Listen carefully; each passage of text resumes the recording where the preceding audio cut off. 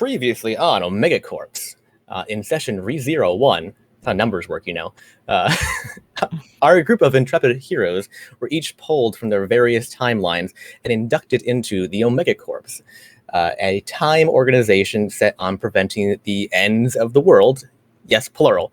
But before they could become full-fledged members, they had to go through a resynchronization process and meld the other timeline versions of themselves into one, and thus began the journey through each of their various past, presents, and futures.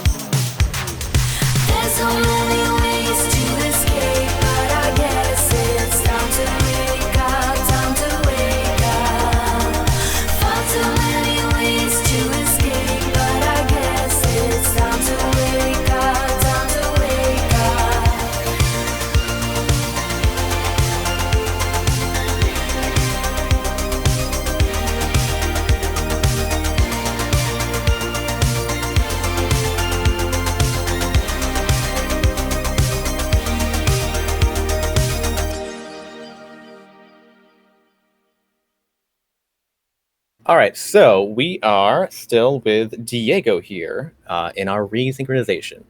So, Diego, the Hobguard has begun an extermination campaign against your people, and you have returned in order to give your people your assistance.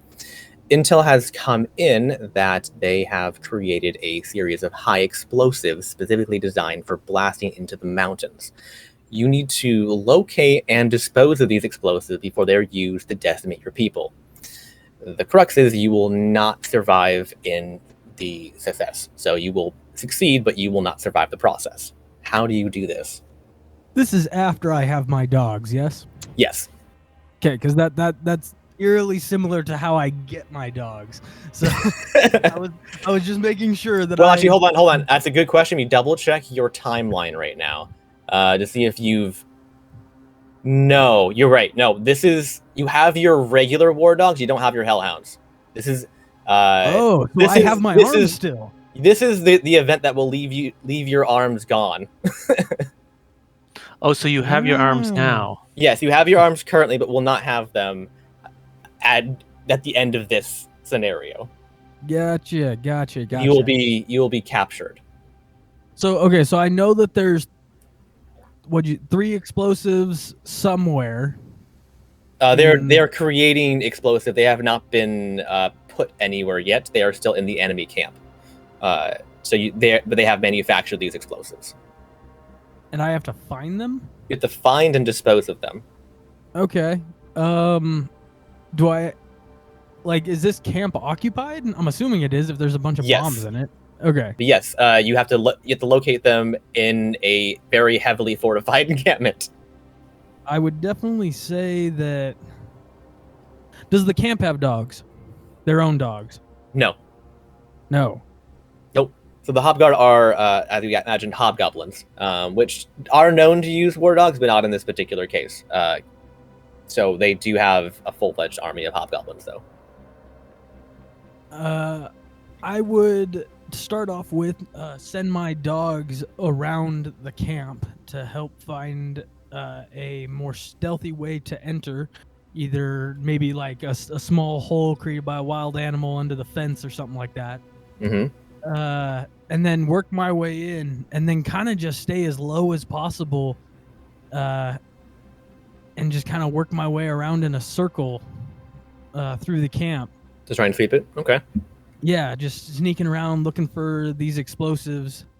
And then once found, once the explosives are found, Mhm. I would then have my dogs actually grab them in their mouths. These are big.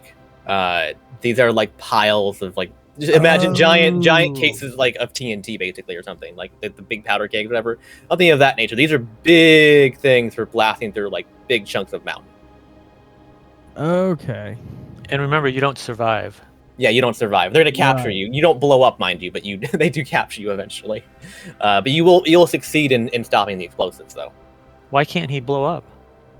because of how his Oh, his arms are lost. My backstory is not that my arms aren't blown off by bombs. I get them ripped off from being tortured as a Although war prisoner. technically you could change it in this moment if you wanted to, because this is a different timeline version of yourself potentially. If you wanted to, up to you.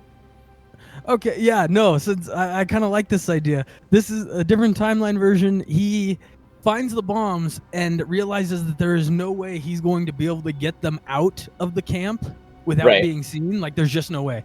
So he's like, he notices that this particular, like, the storage area of this bomb is kind of far away from, like, most other things, just, you know, for safety's sake. Oh yeah, for sure. They're hobgoblins. They're not insane. Yeah. So, literally, he looks back and forth, glances out the tent, notices that all the hobgoblins are celebrating over by the giant bonfire, and then leans back in the tent and looks at his dogs and goes, "All right, dig." Gonna And dig a then hole.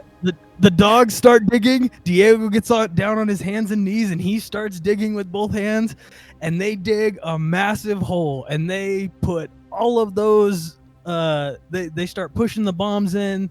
All the bombs go in. Unfortunately, Diego doesn't notice the little button on the side of one of them, and he pushes that, but then doesn't notice. And yeah, everything just goes in the hole.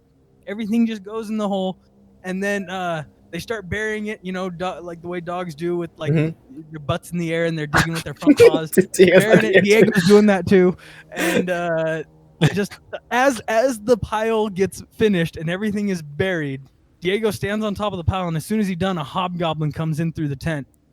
And as soon as the hobgoblin comes through, he goes, "What are you doing?" And you just hear a ding. So did you set it off on purpose, or was it by accident? It was by accident. He was just intending to bury the bomb so they couldn't find them. Okay. All right. Okay, and blows up. All right. Excellent. Yeah, and that is the new story. How you almost caught Jack Sparrow. No, how you lost your arms. Yeah, it's a miracle that you didn't lose more. Captain Jack Sparrow. Yeah, sorry, Captain Jack Sparrow. Yeah, fantastic. And you succeeded in stopping their bombing, basically, of the mountainside. And they were, in this timeline, they were less successful at actually obliterating out your people. Your people lost, but not to the extent that they had in your own timeline. All right, so Nomad, a ranger, has come to your shop requesting a special order for his regiment for a stealth operation. They need to ambush an entire enemy army from the trees without a single one of them being identified. This last point is very important. They must not be identified. You must design a style and pattern that will make the Rangers nearly invisible in the forest and help bring about what will be later called the Silent Morning, the day when an entire army was felled without a single sight or sound. Basically, I got to design camouflage-y stuff. Yes, basically. So what kind of camo are you going to design in order to mask them in the trees? And you can add more to it as well because because they also were quiet too. I don't know if you were able to do something to help with the sound muffling, but or if you wanted to also design something for as a distraction possibly as well, in order to have, because half the regiment could be up in the trees, half could be down below or something, dress as something else, right? They, at the end of the day, basically, the enemy army though is killed without anyone being the wiser, basically, like instantaneously. thinking about the sound thing. So the visible part is pretty easy, I think, to just design some camouflage that looks like trees, but it can animate itself so that wherever they are, it looks like what's behind them. So it moves with the fake tree branches move with the actual wind, basically. That's right. Okay. That's right. Yep. How Or to make sort it of like a modified mirror image spell. Yeah. Right. Yeah. So let's see. So I'm just trying to think. Is anything else to that? Yeah. So it can look like either tree branches or trees or wherever or the sky if they're up in the trees, or it can look like the dirt. Just automatically shifts as they move. So I just picture them having some magic that I get the help of other people to allow them to levitate off of the ground so that they can maneuver without actually stepping on anything, and cracking of twigs and all that kind of stuff. So levitating boots, possibly. Sure. Right? Sure. Okay. Yep. Okay. Let's see. And if they did levitate, or if they did make a sound, I would give them a way of echoing that sound into another location, so it would confuse the enemy, so they wouldn't know. So I'm using, so that's kind of like a deceptive thing that they need to be able to do. So my thought is that I'm designing most of this stuff, so I'm knitting things and sewing things and stuff like that to build to craft the special outfits and stuff. There was something else I was thinking. Oh, and what kind of soldiers are these? What kind of weapons do they have? They're rangers, so they're primarily longbows. Okay, so I'm going to make it so those longbows don't look like longbows. Interesting. Okay. They just, they're camouflaged anyway, but they don't make a sound when they leave, when the arrow leaves. It just is a silent. So it's by special string, basically, right? For the bows themselves, for the bows, so that instead of using the regular string, so right? Right. So the bows are special. The what do they call that? I think they make out of cat gut or something. But whatever that. Yeah, I can't remember the name of it. Called. Yeah. Yeah. The bowstring, right? And the arrows themselves are invisible, so they can't. So they can't see them. Okay. Yeah, it makes sense, because as soon as you see an arrow, you're going to call out, probably. Right. So it's so you see a guy with an arrow in them. All they see is people falling down, and they don't know why. Right. Okay. I think that's it. That's pretty comprehensive. Nice. Okay. So Ianthe, you and a fleet of ships from Mercy's Reach are undergoing a rescue mission on a series of merchant vessels that were disabled by pirates and left to sink in the Expanse. Upon arriving, however, it appears that some scavenger ships have come to raid the merchant vessels and expedite their travel to the bottom of the ocean. You must remove the threat and rescue all the passengers of the merchant vessels. All right, so this is more of a potentially combat-related one, if you want it to be, because you do have definitely some antagonistic ships you have to contend with here. I mean, Mercy's Reach is gonna... Their priority is just life. Mm-hmm. I mean, they're gonna be like, we really don't care about all of the goods. We just want to get the people out. Okay. So if that's what you're here for, just let us get the people. And hopefully the people themselves aren't gonna throw a fit. They are merchants, so they will. Well, do you want to die? We're not the Navy. We're just here to make sure you don't die. Okay. So your goal is basically to drag them kicking and screaming away from their goods and let the scavengers have all of their goods. Let's see. If they've already been disabled by pirates, they've probably they've probably already been robbed. Yeah, they were heavily robbed, but not entirely. But yeah. Well, I'd be no, I feel like they're not here to win a losing fight. They're here to save people. Okay. So yeah. So you want to try to negotiate then with the scavengers? I would say, do you want the sinking ships? Is this what you want? Is this what you want? It just points at the ships. Blah blah blah blah blah. Okay, so negotiate. We are here for the people. We are here to save people. So you are also tasked with removing the threat too, not just rescuing. You have to do both. You have to get them to no longer be a danger, because the potential issue might arise in that they might want to, kidnap some of the higher profile merchants here as well and try and, get some money off of them that way as well. How are you going to intend to contend with that? Bring them onto the sinking ships and then leave them there. You're going to leave the scavengers on the sinking ships? Yeah, see if we can get like the higher ups. Or maybe like the captains and the first mates or whatever. Like, come on over. The ship's not sinking. Everything's fine. Everything's fine. We'll negotiate. I mean, Okay. We'll talk about it. Come on over. So you hold a parlay on a sinking ship, and then you just bounce. And it's just like, Jesus. It turns out we had already taken everyone over to the other ships, and then we were like, well, we can swim. Okay. The only people who were on the sinking ships were people like Iya, who are like Aya, who are like can swim. Right. Okay. So, how are you going to stop their ships from coming to rescue them? Are you going to disable their ships in some way? From rescuing them.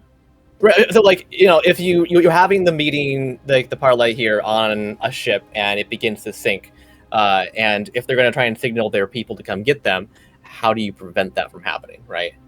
Sink the ship. Sink So the ship. you're gonna sink the ship on purpose. Okay. You're like, oh, I was holding the water back, but now that you're all on it, we're all going underwater. Okay, so the fact that it was still sinking was basically an illusion because you'd already removed the water from underneath it, and you just let it drop, basically. Okay. So are you gonna just drown everybody? I mean, you can. It's up to you. Man, this is a legendary event, basically. It's I up feel to you. so bad saying. There's still other ships are still there. They could get rescued. You don't know. They'll be fine. It's not your problem. You could also do it. You could try to be threatening to them, but not. You don't actually have the plan to do that, but you screw up and they die anyway. Now this is on your conscience for the rest of your life or something. Great. That's true. You're like the one time that I tried to be intimidating. I murdered everyone.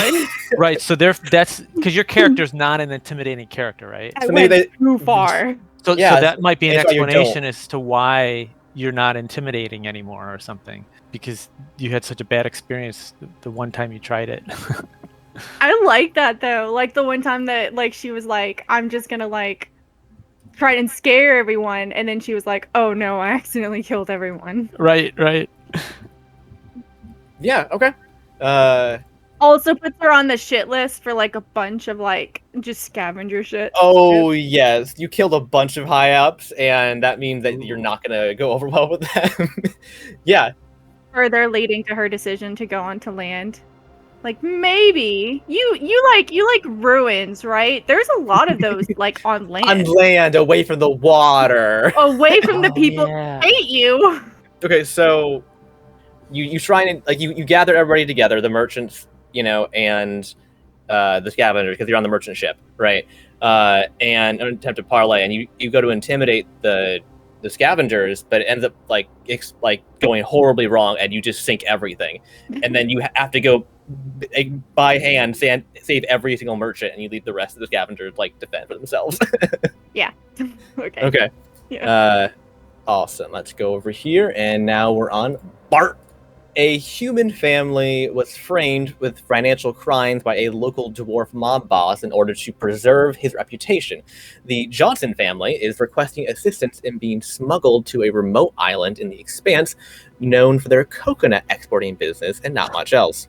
The trick is to convince the mob boss that the family is deceased before their departure, so nobody comes looking for them again. Make the mob boss believe that the Johnson family is no more, and find a way to get them out of the city safely. So let me reiterate. I'm trying to get the Johnson family out of the city safely by convincing the mob leader that they're dead. Yes. And they're going. Where am I shipping them? To the Coconut Island? Yes. Is there anything else that I missed, or did I retain all that? Nope, that's it. Oh, my brain. Okay.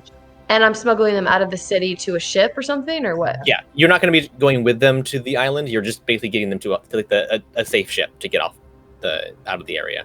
Yeah. What do they do for a living? They basically were accountants. They're accountants? Yeah, they run an accounting firm, and the mob boss with one of their clients. And the mob boss is pinning the financial crimes on his account, basically. Okay, so he wants to kill them then. No, he wants to frame them for high crimes, basically, and save his own skin. So I'm just trying to smuggle them out of the city before he can do that. Right, because if they're if the mob boss has a lot of sway in the city, so there'll be high chance of a conviction, and it's like life in prison. Okay. And I can come up with the reason of death of how that they're dead. It's all on me to make that up. Yeah, I mean it's fake death, but yes. Yeah, you have to fake their death and get them out safely. How many are in the Johnson family? It's just the three. It's just the two parents, and then they have a small child. Okay. So what Bart's gonna do is he's gonna start visiting the taverns and bars in town and spreading and restaurants, Indian restaurants, just the Indian. Okay. All right, and he's going to be spreading a rumor that the Johnson family is planning to escape out of town on the Epic ship. It's called the Epic. But what he's going to do is actually sneak them out on a different ship. I don't know the name of the different ship. We'll call it the Mayflower. And but then, so as the Epic ship is leaving, which the Johnson family is not on, they're on the Mayflower. He's actually gonna go ahead of that one and plant bombs on it so that it blows up, so that everyone thinks that the ship blew up that they were on. And he'll lace the bombs with hot chili peppers, so the smoke makes everyone cough because it's spicy.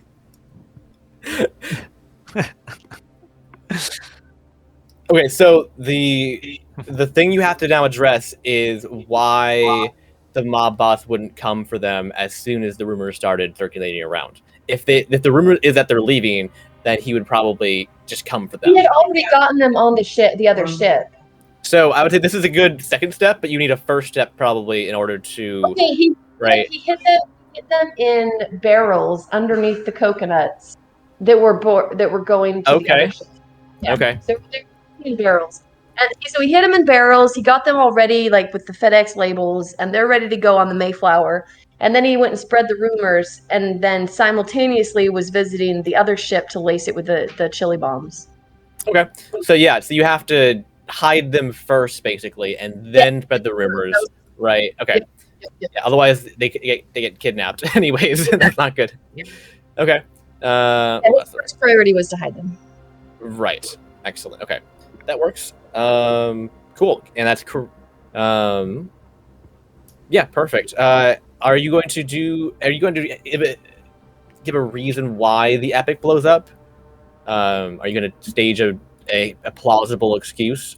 Those spicy peppers were explosive, man. Okay. No, well, we could say that the import. That's what I call extremely spicy. I mean, you can say that there's explosive peppers in the world. I'm fine with that. That they're so spicy. Yeah, if they're combined wrong, they blow up. He started a separate rumor. That's why he goes to the Indian restaurants. That there's like this shipment of like explosive peppers that are just randomly out there because he hates Indian food. So if he starts this rumor, people will be afraid to eat the Indian food because he hates Indian food.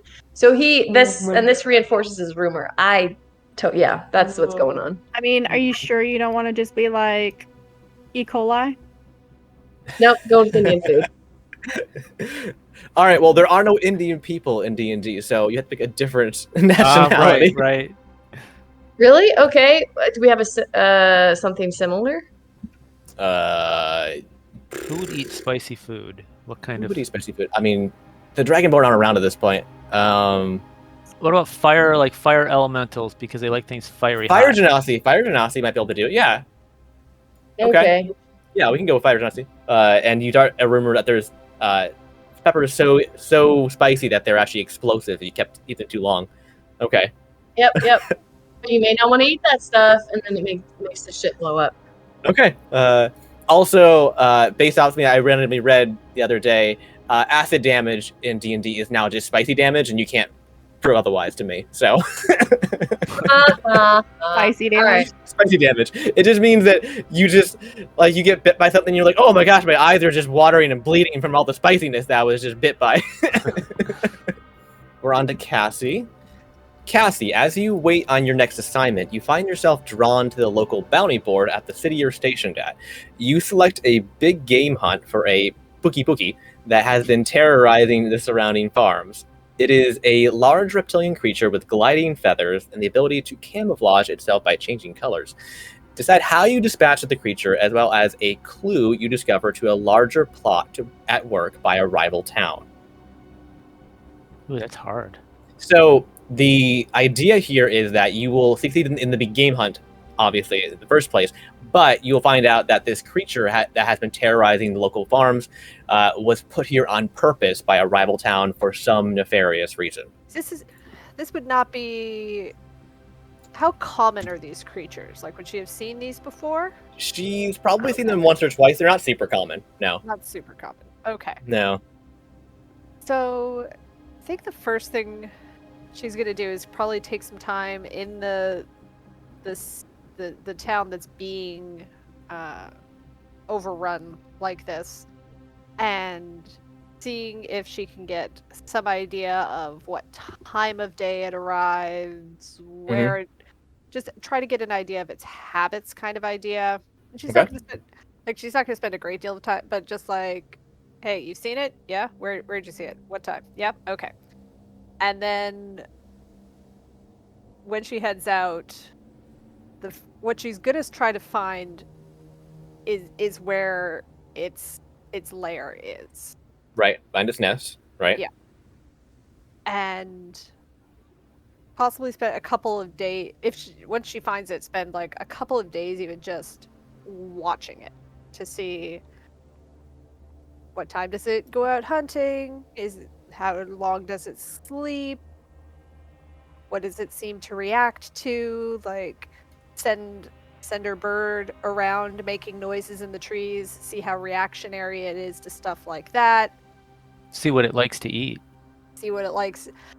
I mean, she's probably pretty sure that this thing is carnivorous at this point. Yes. Yeah. Definitely. So what you have spent some time tracking, doing your due diligence, kind of, finding its habits and its patterns and whatnot, and have tracked it back to its lair. Okay. Yep. And I think the clue might be seeing, like, people from another town showing up to, like, goad it almost. Oh, they're kind of like antagonizing it. Yeah, and trying to try kind of like you would like a bull. Okay. Bull riding kind of idea. So they're kind of goading it in a certain go a certain direction, whatever, right? Just keeping it like generally unhappy, and like especially things like if it comes back from the hunt and it's trying to eat, they'll come in, drive it off, take the food away, trying to keep it hungry, trying to keep it annoyed, so that it just keeps going out hunting and keeps going after that other town. Right. Okay. Yeah. And yeah, once she notices that, she's gonna wait for a moment, kind of, okay, this is when I think it's gonna be asleep, but before these idiots come back, and that's when she's gonna try to take it out. Okay, so you're gonna kill it? Yeah. Kill it? Okay. Yeah. Okay. And what are you doing about the people, if anything? She's going to follow them back to their village. Like, and just figure out, like, first she needs to figure out where these people are. So she's going to follow them back to their village. Mhm. She wasn't hired for this, so once she figures out where they're from, when she goes back to collect the bounty, she's going to just tell them, hey, the reason this thing was causing you so much trouble is people from, one town over were basically turning it into a menace. I don't know what issues the two of you might have, but maybe take a look over that way to see if anything else could be heading your way. Okay. Awesome. And there may be some more information about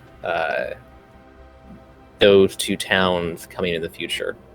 All right. Audric, you are part of a tribunal overseeing the judgment of a fellow knight for disobeying direct orders from his superiors and getting his troops killed in the process. The only problem is you saw what happened and the knight routed his troops in order to protect civilian housing that would have been caught in the crossfire. You must make sure the knight is set free and cleared of charges. So basically, the knight's troops basically were all killed under his command because they were protecting civilians, and he's being court-martialed for losing his entire command.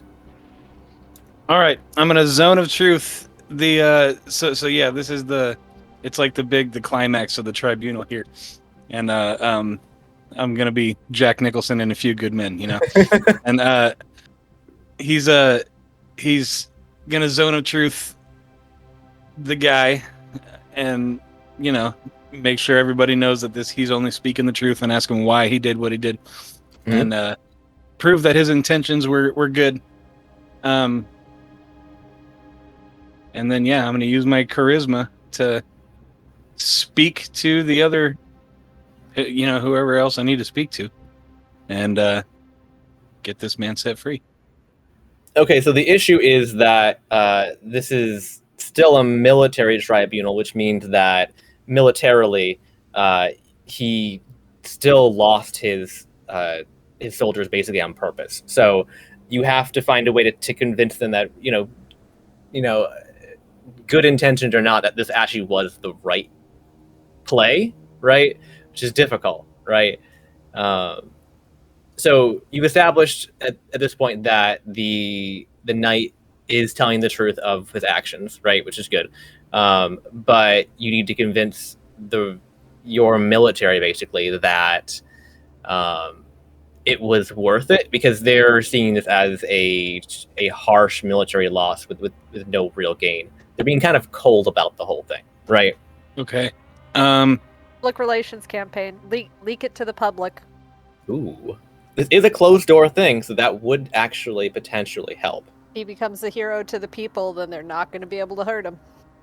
I mean, the people whose housing he protected would care. Yep. True. If the common people find out that he did what he did to save them, the military's going to have no choice. They're going to have to back down. So I also will say, Logan, that you make your case about the good intentions, and the impression you get is that someone might have it out for this guy and have a personal grudge that they're trying to level against him. Okay, well, I'm not. Yeah, I don't know. That sounds good. Which part? Leak it to the public.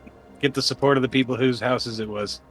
I don't know. Are they lying? Would he get? Well, why does he hate the guy? Yeah. You can find out. I mean, up to you, Logan. Do you want to?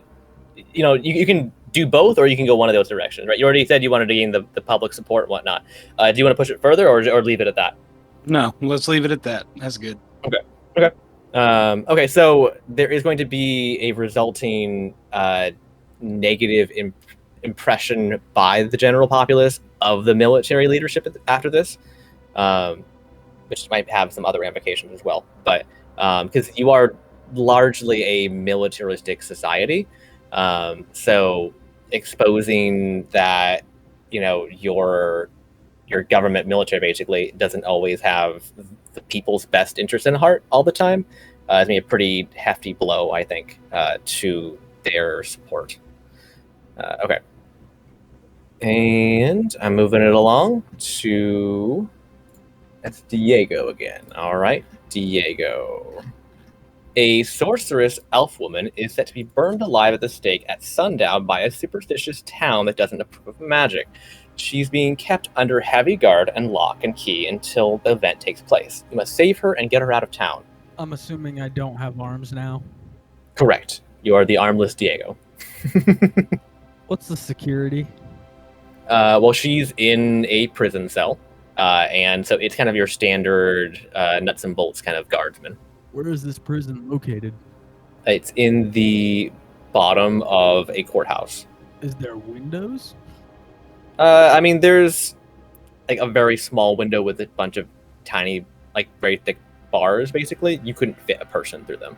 Is that window on ground level, or is the prison like above ground, or like what? The prison is underground, and the window is on the top part of the room, which means that it'll be like on your feet if you're standing. You're walking past. So like on the outside, the window looks more like almost like a sewer grate. Correct. Okay. And is this what kind of ground is this? What do you mean? Like, are we talking like paved street that this runs along, or is this dirt yes, yeah, road it's not paved, but it's like cobblestone, so it's diggable after a fashion. Okay, so she didn't actually do anything wrong. This town is just super racist, yeah. Yes, they're super superstitious. Yes, like, they think that magic is super evil, and it's blatantly obvious that they like arrested her for purely because like she's like a witch or something like that.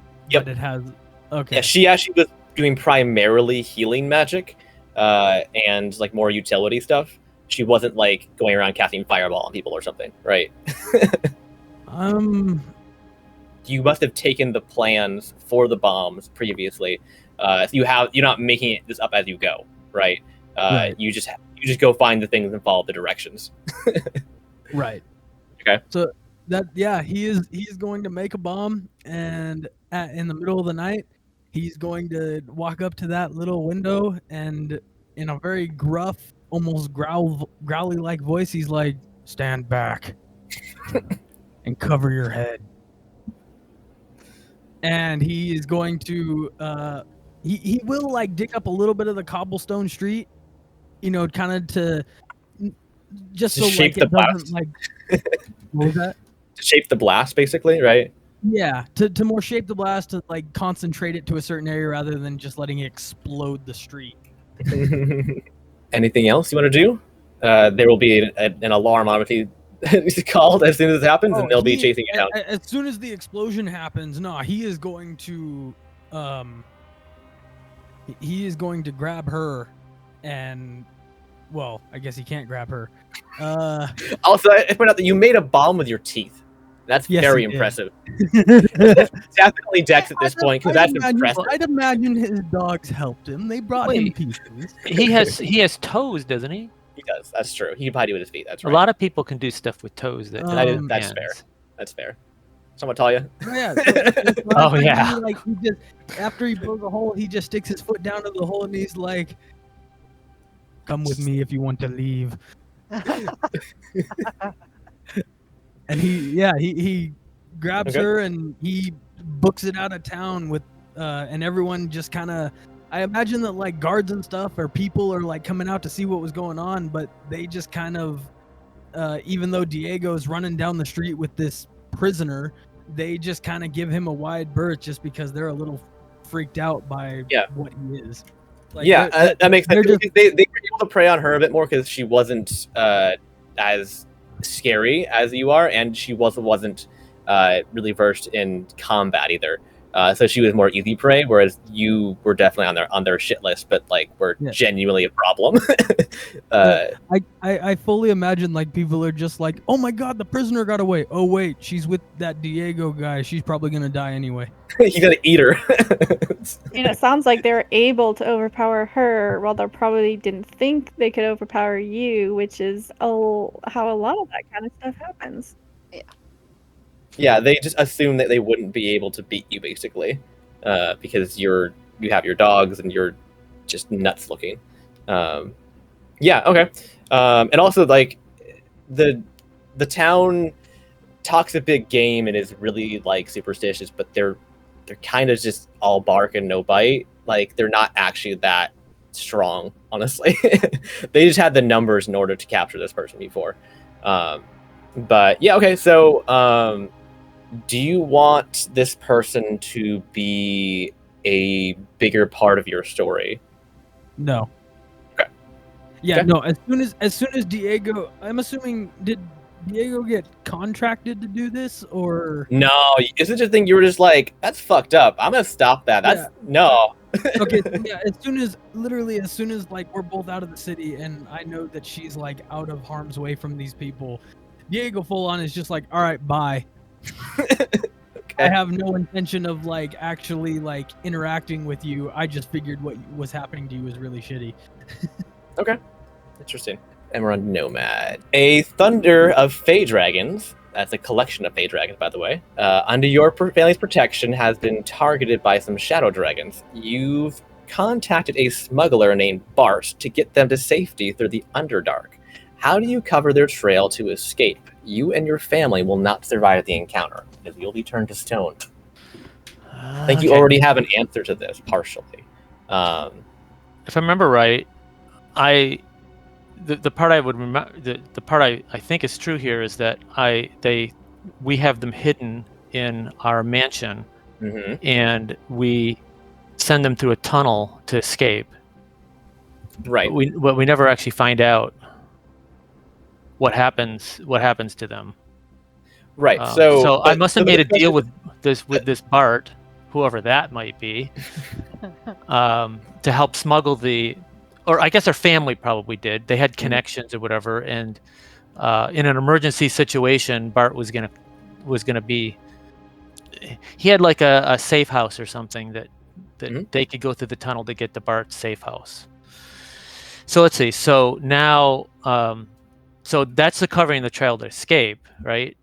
No, you need to you need to actually how do you because they're the shadow dragons have arrived. How do you make it sure that they aren't found as they escape, right? Well, I would have thought we'd try to fight them, but okay. You have to prove it's a distraction, essentially, right? Yeah, I'm not getting it.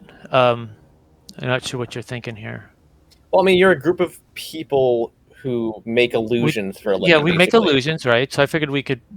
First of all, the tunnel is covered with glamour weave material to make it not look like a regular wall or whatever, so they would not discover it to begin with.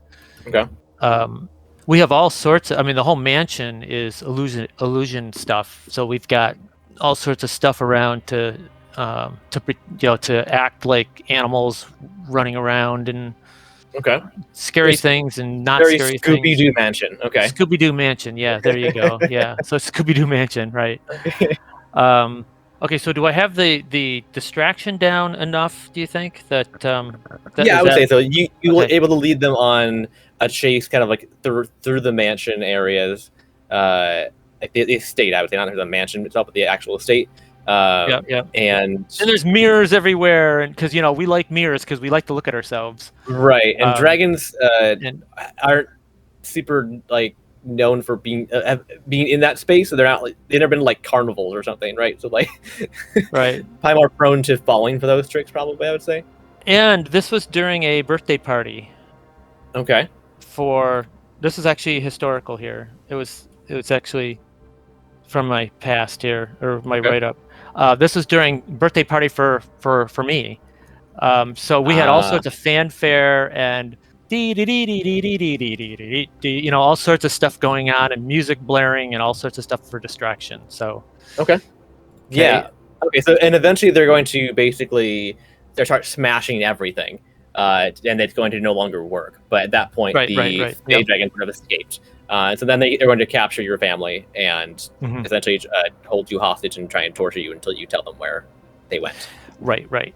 Okay, so the family sticks together and they all say, "The House of Glam never gives away our friends. We will never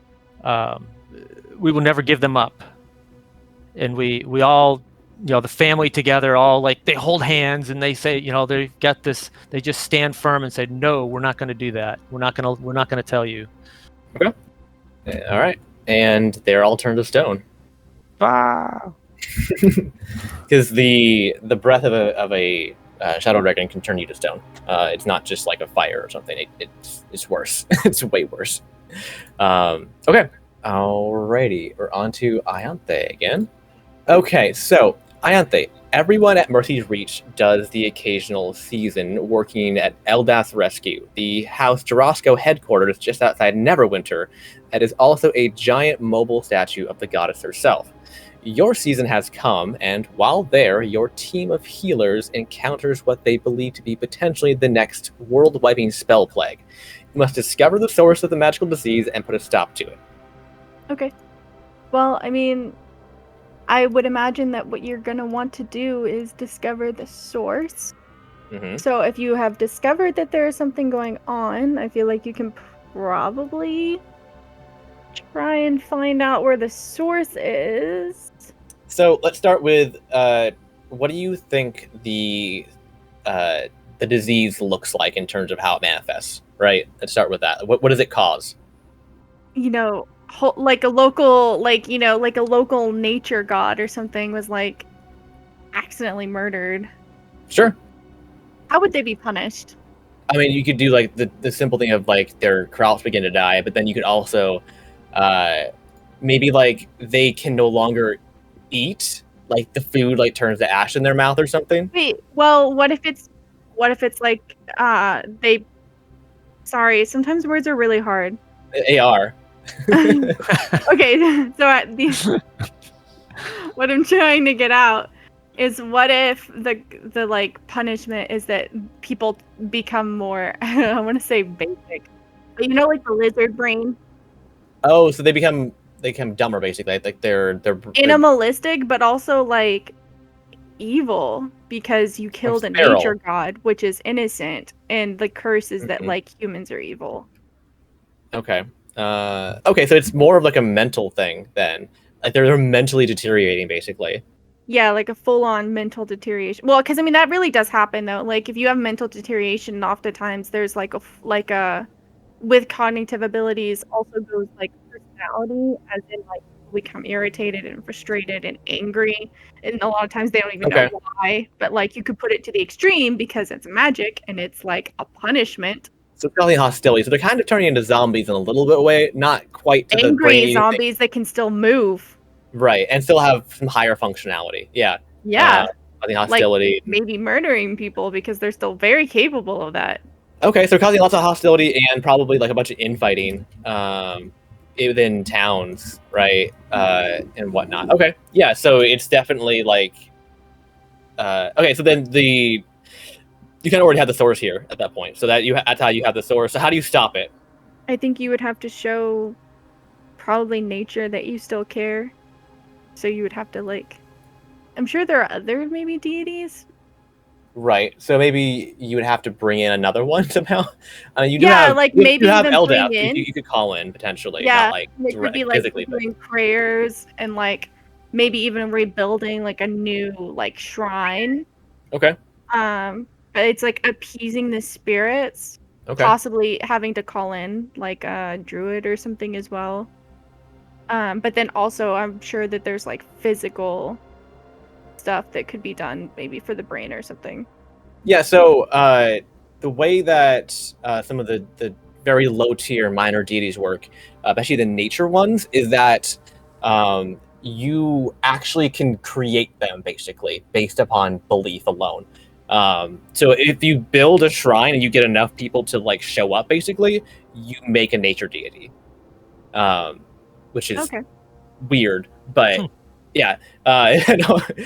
So you'd have to get everybody, get enough people to be able to show up, basically, and to create a new deity, replace the old one to help balance it back, right? Sure, all of the healers would definitely show up for that. Yeah. So you guys are responsible for actually creating a deity, which is pretty uncommon. Well, maybe even a healing deity, but also like, hey, if you don't want to die, don't do it. Don't do this again. Don't do it again. Don't be murdering things. Yeah. And you're responsible for the creation of a new nature deity.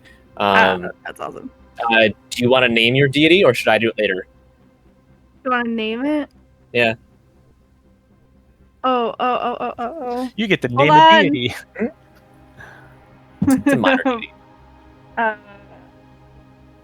Mononoke from Princess Mononoke. Mononoke? Yeah. Because I was thinking of the movie. Yeah.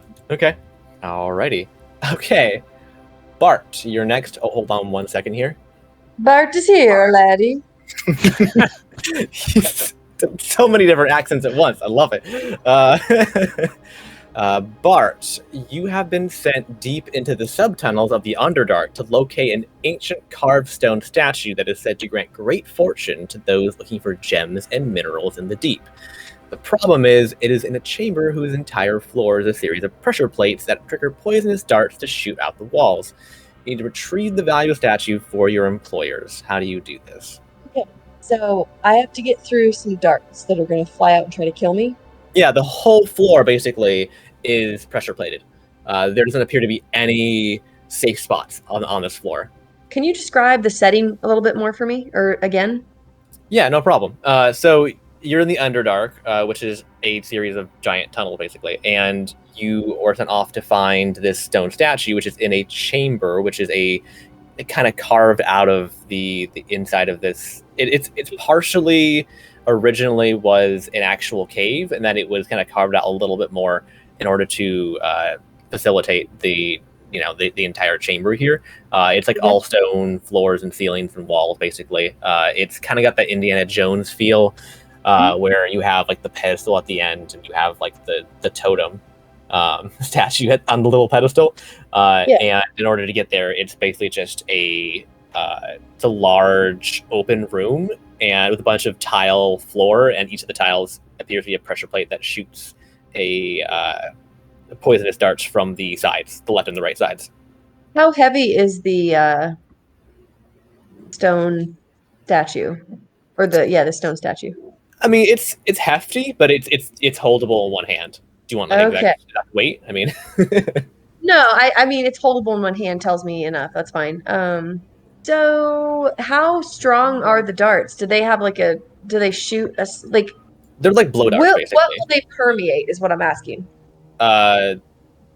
They will permeate probably like some thin leather. Like they wouldn't permeate necessarily metal, I would say. Would they permeate thick wood? No. They wouldn't permeate thick wood. No. And so basically I just have to navigate through the tunnel system. That's not the problem. The problem is the open chamber that has all the activated like floor, and then it'll shoot the darts, right? Right. Or is there anything that's going to happen after I pick up this, like in Indiana Jones, like the whole thing collapses when he picked it up? Is that going to happen, or? I'm not going to tell you that right now. I don't know that yet. Okay. You don't know that yet. Get there first. Hey, is it all flat getting through the tunnels, or is it like straight? Does it wind? Is it up? Is it down? What's it like? So the tunnel system is pretty windy in order to get to this chamber, but this chamber floor here is very flat. Okay. And I just have to get it out of the tunnel system, and that's my job, yeah? Yep, that's it. Do I have to replace what? Oh, you're not going to tell me if I have to replace what it's on with something else, like in Indiana Jones? You know what? Just because you keep mentioning it, yes, you do. Well, what? Do it anyway. Yeah. Okay. But anyways, I have a plan. So this is a terrible plan. I love it already. All right. I think any of us have had good plans so far. Hey. How do I have time to create something to make this work? Yeah, you got time. It's not going anywhere. Okay. So Bart is going to fashion he's going to chop down some trees and create sort of like a bubble boy round wooden thing that he can roll in. Hamster ball. Okay, yes. Yeah, it's like a hamster ball. And he's going to just roll through the tunnels. When he gets into the room, though, before he gets there, this is more preparation before this happens. He's going to create, so I'm guessing he knows a bit about the stone statue, that he would know like how much it weighs, and he could kind of guesstimate to make, because what I want to do is create. Yeah, I mean, well, you wouldn't know the exact weight because you weren't given specifications per se. You've just seen it from afar at this point, so you have to have a way to be able to change your weight probably of the item you're putting down. Okay. right? Okay, so he's gonna carve out a very hefty but manageable wooden middle finger statue to replace it with. Okay. And then when he gets there, he'll eyeball it and he'll shave it down, but to size so that he Okay. kind of matches the face. And then as that's fine. I'll just leave it there. Well, I kind of wanted to blow the whole thing up, but I don't know that he has capabilities, so that's okay. So I'm just gonna go with that. That's my plan. And then after he picks it up, he's gonna roll the shit out of there. I don't Okay. have anything else to add. That's all I got. Yeah, you're gonna make a giant wooden hamster ball that you're going to roll down into the Underdark and bounce around a bunch, and you have a little hatch on this thing. And once you get past, you're gonna roll it over these pressure plates that are going to just blast this thing and turn into a pincushion. But you have enough speed that it just keeps on rolling, basically, and it makes it to the other side. And you replace the statue with your middle finger statue, and you make it out the same way you got in, basically. Anyways, this is Cassie's fifth one. So, Cassie, a new power has begun to rise in the East after the discovery of an ancient artifact by a traveling salesman. The power he possesses has been labeled as a threat to the balance of powers. You've been tasked with eliminating him through the use of your blood mutagens, as no normal methods have been proven effective. You must eliminate the target as he travels via caravan towards the capital before he claims kingship over the nation of Faraway. You will not succeed in killing him, but you will weaken him enough to the point of him not being able to do much on his own and be ruling from afar. And to those of you who are wondering, yes, this is Stan. Yeah. You were tasked with killing Stan, the man. Which is why you'll not be successful, because he goes on to be awful later on. A king. And a king, yes. Okay, so yeah, so I'm gonna use the ones that I currently have up so that I know what they do are Night Eye, which gives me dark vision, Shielded, which gives me resistance to slashing, but I become vulnerable to bludgeoning. I don't even know how this Sage, so that would bump my intelligence. But I have disadvantage on charisma, mobility. I am immune to being grappled or restrained, but I have disadvantage on strength. So those would be the ones that I would be taking before. Okay. And once again, going in at night, I'm assuming there's like a sentry or guards, things of that nature. It's an active moving caravan. You have the target. They're not even stopping at night? No. Oh, damn. Okay. Yeah, it's actively moving the whole time. Yeah. Oh, I know what I'm going to try to do. So, using the formulas, especially the Night Eye one, so that I can see in the dark, because I can't normally do that. Mm-hmm. And the Sage one, which makes me smarter temporarily. I'm going to get Robin to turn into their mount form. Mm-hmm. And come in from above. Okay. Grab the guy that I'm after, and then just try to fly up as high as I can before dropping him. Oh, jeez. Okay. You're gonna just drop him from the sky. Okay. Try to drop him from the sky. Okay. Because remember, the goal here is basically to leave him with a debilitating illness or disability that makes it so that he can't really go out too much, where he's going to be effectively very powerful, but he's not going to be able to go out much on his own. That makes sense, right? Broken legs does do that. That would. Broken back. Yeah. Well, he's in a wheelchair, right? Yeah, I think if I get him up high enough and just drop him, I think that would be a little debilitating. Okay. So yeah, you attempted to kill him, but it would have killed like anybody else, basically. Should have worked. Should have worked.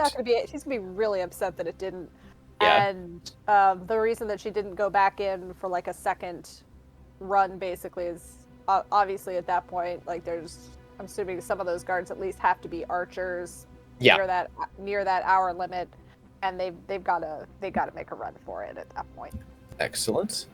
And yeah, you're so in your timeline, Stan actually was a cripple.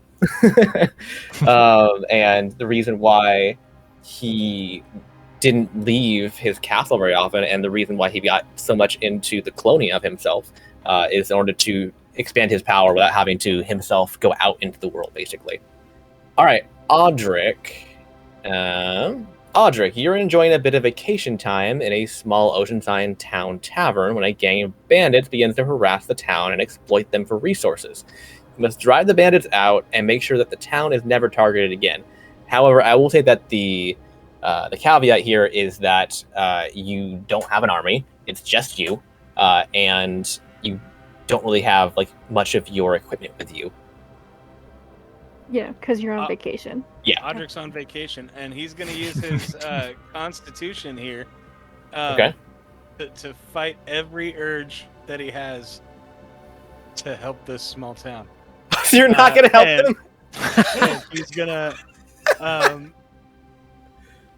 Audric's going to block it all out, and he's going to take his fucking vacation. Wait. Oh my God. Constitution. Win a drinking contest with yourself. You drink yourself into a stupor. Block it all out. Yeah. Wow. Okay. All right. That's creative. That is creative.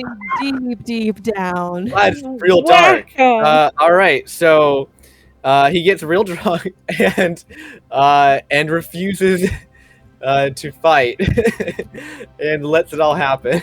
It's a beautiful place. I mean, I understand why the bandits are taking it over. Okay, so do you ever come back to fix this, or do you just let it lay? No, I'll come back to visit. It's not my issue. I can't help everybody. I got to pick my battles. I'm an army commander. I don't have an army with me. Yeah. You know? No. Okay. You realize you can't win it, right? Okay. No, I don't realize that I can't win it. I blocked this all out, and I don't even try to think about it. I try, in fact, to not to think about it, and it's very hard. I love how you made literally the opposite of a legend. You're like, no. That one time I didn't do anything. That's great. Yeah, nobody sees me. I'm on an isolated part of a beach here. I flew a fucking dragon over to the edge of this cliff, this beach, and I can hear shit going down up there, but I put the headphones in or something, and oh, that's fantastic. Okay, I do appreciate when you guys throw me for a loop, though. All right, Diego's next. Diego, the local castle lord, has launched a hunting party against the last remaining Knoll tribe in the area as a way of exterminating them from the land due to feeling threatened by their mere existence. You need to defend the Knolls and ensure they have a place to live in long-term safety. My thinking was like, I'm clearly against the castle lord, yes? Correct. And they're doing a hunting party for these Knolls, yeah? Yes. A hunting party implies dogs. Yeah. Yeah. Okay. So yeah, no, Diego, more or less, like, I'm picturing him just kind of like standing out in front of this Knoll village and taking on these hunters and dogs. Okay, so you're gonna stand in front of it for like a week and be like, no, I'm not moving. And you're gonna. My dogs can kick your dog's ass. Yeah. Okay. Okay. My dogs are better than your dogs. Yeah, that's totally viable. And you're gonna basically you're gonna wear them out basically, and be like, no, to the point of like they're like, it's not worth it. We're just gonna leave it alone, right? Yep. Okay. And are you going to? Are they going to continue to live where they are now long term, or are you going to move them once the hunting party has given up for the time being, right? Once the hunting party has given up, Diego will essentially turn around to the Knolls all bloody and battered and just essentially say, you should move now. You should going to help them move. Okay. He is just like, they're gone. You should move now, and then he leaves.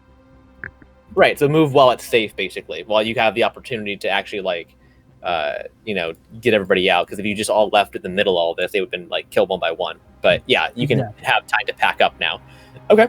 So I'm on to Nomad. Okay, so Nomad, it's been several years since what you have been calling your reawakening. You have successfully located the secret family formula for Glamour Weave, and you must pick your first client carefully so they can help you revive the family name.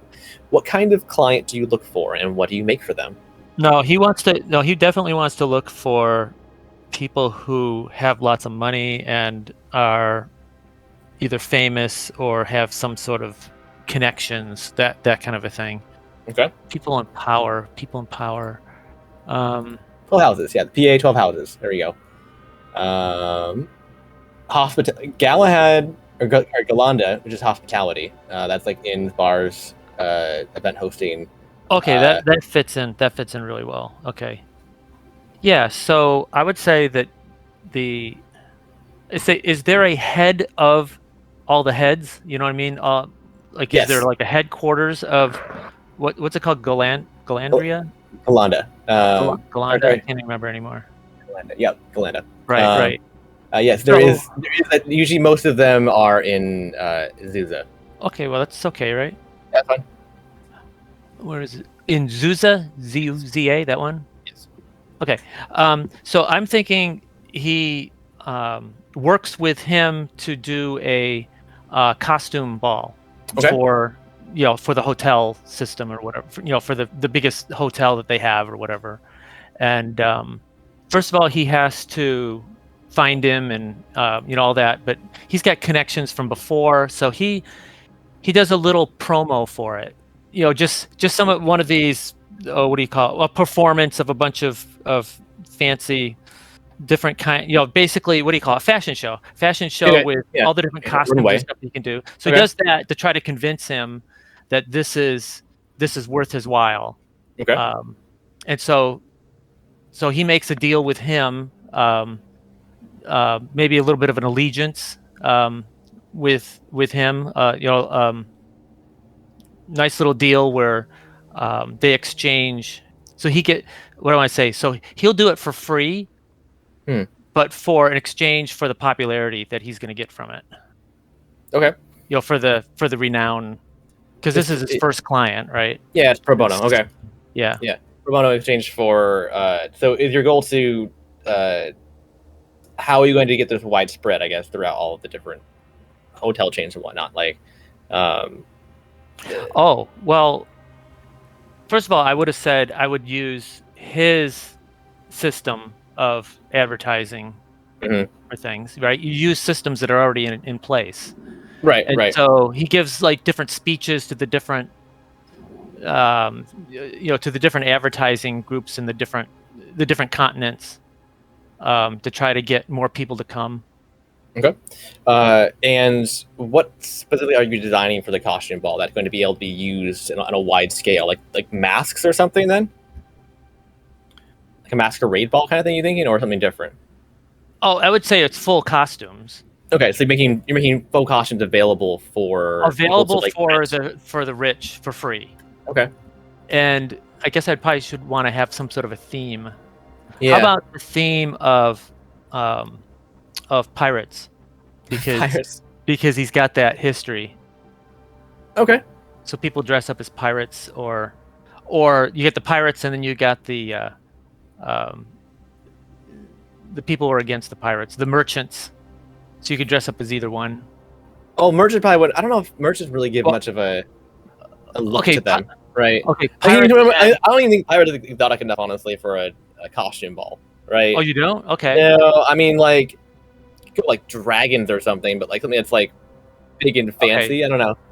That event is steampunk today. I mean, maybe. Yes. What about just famous people from the past? Okay, can you do like full blown like masks of like full like reconstruction of faces? I can now. No, That seems too, I don't know, too Yeah. specific almost too, right? Okay. So some sort of theme. Because I remember Okay, you've made like big Phoenix outfits in the past and all that stuff, so Patty probably something more of like that nature, I would think. how right? how about the theme is some sort of nature? So let's see. How about nature spirits or something, or yeah, I was thinking of sea monsters, fluffy animals. Scary. I mean, you could do mythical creatures, right? That's pretty simple, like unicorns, dragons. Yeah, that was kind of more what I was thinking was Sure, that's like fine. some sort of a mythical beasts and mythical creatures and such. Yeah, then you get like a Cerberus or whatever. Yeah, all sorts. Yeah, okay, sure. Excellent. Okay. Yeah. That leaves Ianthe. Alrighty, Ianthe, the evil warlock on a remote island, has been terrorizing the local wildlife and using them for his dark experiments. The local fishing business has been completely devastated by the vast amount of sea life being destroyed by this man. You have managed to convince the warlock to sit down for an hour with you. You need to convince him to change his ways and stop experimenting on the sea life in such devastating ways. The bad warlocks get sent to the therapy lamps for an hour. Is that what you're gonna do? Can you explain to us what the therapy lamp is? I think it might be good to... So yeah, okay. So the bad part is I wrote it down. I made the item. I think I just didn't save it, and then I exited out by accident when I left, so I don't have it saved. But basically, you can pull anybody in who is willing for 1 hour, and it's like a small room, pocket dimension, basically, that had like a bunch of like couches and pillows and like a little fountain in the middle, and it's specifically just for therapy, basically. G-Ball can't be used to like trap people. Yeah, you can come and go of your own volition, basically. Yeah. So it's not like a Mhm. broken thing where you have like a bag of hole and you could just put it on his head and you trap him forever. It's just a fully voluntary come and go kind of thing. So did the warlock? He agreed to sit down with you, and you could convince him, I guess, to go into your genie bottle if you wanted to. Great. Well, I have like this really comfy place. No one will interrupt us. Okay. So what is your plan for convincing him to stop torturing animals, basically? Well, I mean, I would say, why is he doing it? Because he's getting results. He's getting he's learning new techniques and magics and whatnot through doing this. And what is he going to do with it? Probably terrible things. Can he go somewhere else and do it? I mean, he could, but the sea life here is especially nice, and it's just the kind that he wants. There's a specific tortoise here that he found quite helpful. It's the turtle, not a tortoise. If you already have the results that you need, why do you need to keep doing experiments if you already know? Because he wants to keep improving and he wants to make it stronger. Well, you're not going to get any better if you're using the same animals. Okay, so your plan is to convince him to go hurt other animals somewhere else?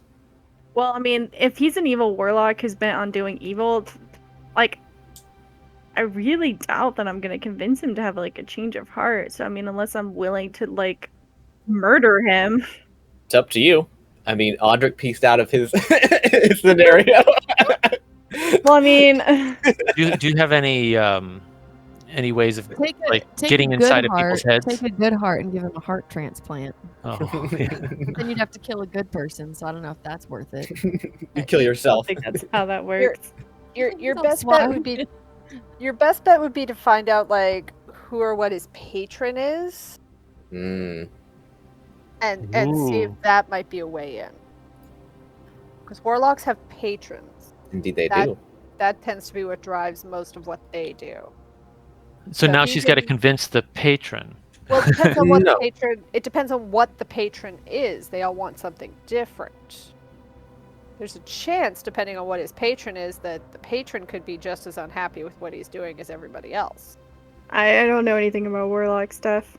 Yeah, so I mean, warlocks basically sold their souls to a patron, some sort of big deity or some kind, basically, in order to get their power. So it's kind of like the soldier soul to the devil kind of thing, right? So this evil warlock here has sold his soul to something in order to gain his power. And in order to keep his power, he has to keep doing what he's told. So who's his patron? His patron's going to be some sort of underwater deep dead god, basically, that whose like soul is trapped in a different realm. That's usually how warlock deities work, is that they don't have physical form anymore on this plane. They're like they've been banished or whatever, and so they've been trying to have like their warlocks usually either free them or do things in their name, that kind of thing. So this guy is like basically being told by his deep water dead deity that to do these experiments in order to try and bring about his resurrection. Don't you think medicine would be a better route to go? Why wouldn't you just consult with a healer? So are you going to offer your services to try and heal the warlock's dark depths deity? Is it an evil deity? It's not good. Dang it. So he's trying to bring back an evil deity. Yeah, your better bet would be to try to like set him at odds with his patron somehow. Do you want to bring back the deity? Like, do you want this patron to come back? Okay, so the basically the plan here is to show him that his patron doesn't have his own best interest at heart, right? That if you do bring him back, you'll be the first probably to die anyways, right? Like, is this what you want to be doing? It seems like a waste of time. Like, you're a warlock. But he only has his power because he follows this deity, right? Yeah, a dead deity who seems kind of useless. Okay, so you're gonna get him to like change to a different power structure, basically. I mean, sure. Get him to change jobs. Yeah. No. Well, I mean, I guess just like warlock. Yeah, like let's find you a different patron. So he Like, did if sell you his want soul. to He did sell his stay- soul to this guy. So. Well, I'll go fight the guy and get it back. Okay, so you're gonna go find a way to free his soul, so he's no longer required to do what he's told. Yeah. Okay, so you're gonna. That's gonna be very complicated, but I'll take it. But okay, so you're gonna basically find a way to go down into the depths and find the release button, the spiritual and magical release button for this guy. If it's it's like there's like some sort of like voodoo doll kind of system where like they have like a piece of this guy that's like stored in like a jar or something down there, right? I don't know. And you're gonna go free it. Okay. Interesting. Maybe I can just convince maybe I'll do like a switcheroo and then go convince the patron god that like this warlock is obviously not great and that like his soul just really isn't worth that much. And then, like, he just needs to release it because really it's just weighing him down. And, like, I don't know. So, but your warlock is trash and you need a new one. So you should let him How long go. has he been doing this? And he didn't even think to, like, I don't know, go find people who are good at this? So you're going to go scold the patron. Okay. Like, I don't know. Maybe I'll try and convince the patron that, like, to release the warlock soul. Okay. Okay. So usually that requires an exchange of some kind. Just for warning. Either it's yourself or you're giving him somebody else. Dang it. Okay, never mind. I don't have anything else. Okay. I'm not gonna give him someone else. I'm not gonna give him another soul, so I might have to go and like find another way of like. So we'll say that So you're it's, like, able to trick the patron into binding the soul of a turtle instead. Okay. Yeah, you're gonna weave some tall tales here. So hopefully I've gotten the warlock to pick a not evil deity and can lead a new life. And maybe we'll be friends. Maybe, yeah. Yeah, we'll see what happened to that warlock and what deity or what patron he ended up picking up, right? Okay, Audric. Oh baby. There we go. Fairly simple prompt, which is nice. Your dragon has been shot down by enemy archers over enemy lines. He is presumed dead, but you firmly believe he would have survived the crash to the ground. You need to find a way to launch a search and rescue operation in order to rescue your friend. Okay, my dragon's been shot down. Mhm. Presumed dead, but not by me. Not by you, but by the rest of the army. Launch a search and rescue operation in order to rescue my friend. So this can either be by yourself or with other people, but it won't be a whole big operation. Honestly, it'll be like a maximum of like a dozen people, basically. You could like find your closest friend or something, right? Take a crew with me. Okay. What is your plan for getting your people to do this thing and also just getting back? Right. This is going to be a pretty difficult endeavor, right? This is a difficult trek. Who are we fighting against? This is the water and fire war, so there's gonna be water folk at this point still, like most of your wars. So it's gonna be a lot of like Tritons and Grung and all that stuff. Okay, we're gonna disguise ourselves as Sahwagin, What? whatever, whatever those creatures are called, Sahwagin. They're like the lizardy fish people. Okay, yeah. Yeah, and we're gonna infiltrate, and we're gonna get my dragon out, man. Okay. It's all about disguises, and deception. Okay. To basically bluff your way all the way. Yeah, we're pretty much trying to go unnoticed as just like a. Okay. So how do you get the dragon out? Where is it being kept? Not being kept anywhere. They don't see the dragon necessarily because it fell, and they didn't go investigate it, but it is still behind their line. So in order to get the dragon out, it would either need to be able to fly on its own and then potentially be shot down, or you could walk it out, I guess. We hike in there and find it, and then we heal it with magic. I use my healing spells. Right. Okay. All right. You heal magic, but how are you gonna get it out without being eviscerated? Why? We fly. Okay, you're in the air and you're gonna get hit by archers. How are you gonna make it out? No, we're not. We're successful. We make it out. It's awesome. I love it. They can try, but they're gonna miss. Okay. All right. Well, they might hit you a few times, but it didn't kill you. Sure. So Yeah. You No, just we get out. keep healing your dragon as you go. We do a barrel roll. Barrel roll. Okay. All right. All right. So Diego, a war band has been hunting you in the Rebel Belt in the Southern Hold for several days now. The rest of your war band has been slain, and you are the last survivor. They need to kill you in order to advance to the next round of FlexCon. Other war bands are fighting amongst each other everywhere you go. You need to survive the hunt and find a way to eliminate the hunters pursuing you. So there is a group of hunters hunting me, but there are other groups doing other things? Yes, the way that FlexCon works is there are like a bunch of these war bands, which are basically, imagine Mad Max, where you have these roving bands of horrible machines, people on them that are crazy, and that are going on just murdering people, basically. And the way they advance in the rankings is they defeat other war bands. The rest of your war band was killed, but in order to get the point, they have to finish you off, basically. And so the one band that just killed the rest of your war band is trying to hunt you down, and so you have to defeat all of them basically by yourself. Okay. Are we going with is this like a Mad Max setting? Yes, there are vehicles. They are fully kitted out and everything. Wondering, are there vehicles and? Yep, you have war wagons. Yes, you do. Okay, so Diego's gonna.